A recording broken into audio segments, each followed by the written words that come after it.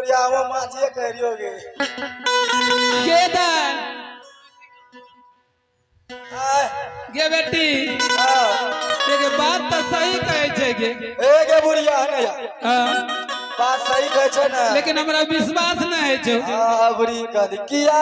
त लहसन वाला बात जे सब के भए सके छे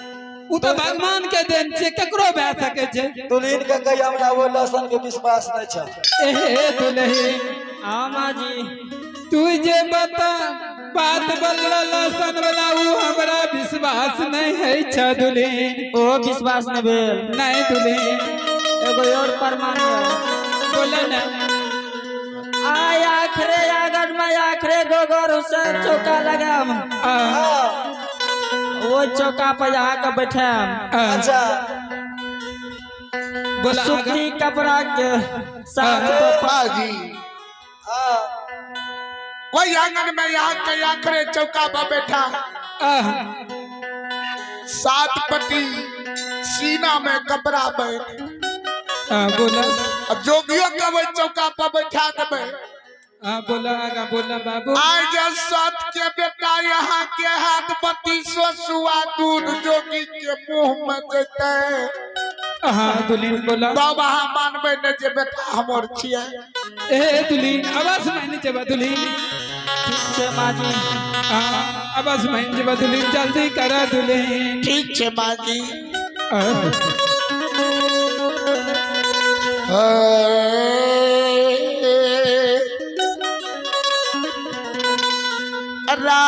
राखिया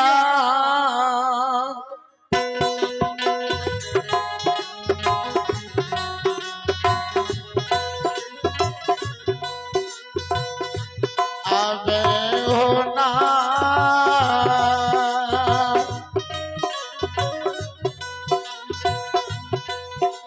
अनाजरिया रखिया माली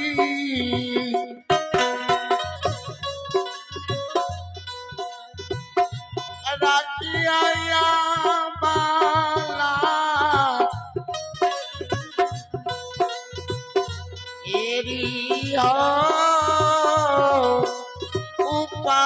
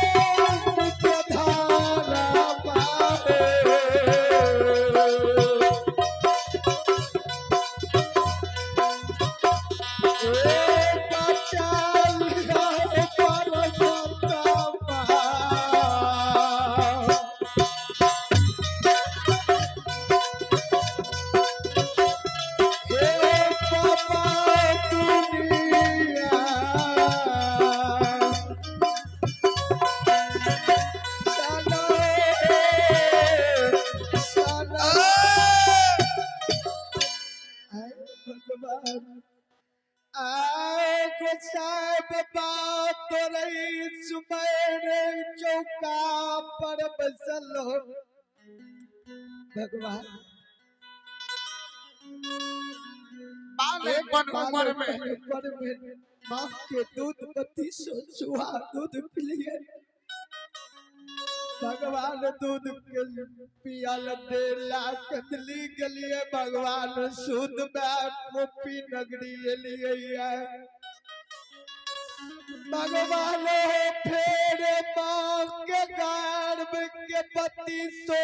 सुहा दूध जे पीबे शरीर शुद्ध भए जेते भगवान ए ओलीलाधारी या धार्मिक के धर्मी बच्चों भगवान मालिक 12 बरस तप का मन केंद्री सहेलिए है ठाकुर जी कहल गेले कि सच बराबर तप नहीं है, झूठ बराबर पाप। जाके हृदय साच है, ताके हृदय आप। भगवान तप का 12 बरस मन केंद्री सहेलिए है। माय से अगर झूठ बोल देबे भगवान सब केंद्री के तप हमर मेरे चल जते।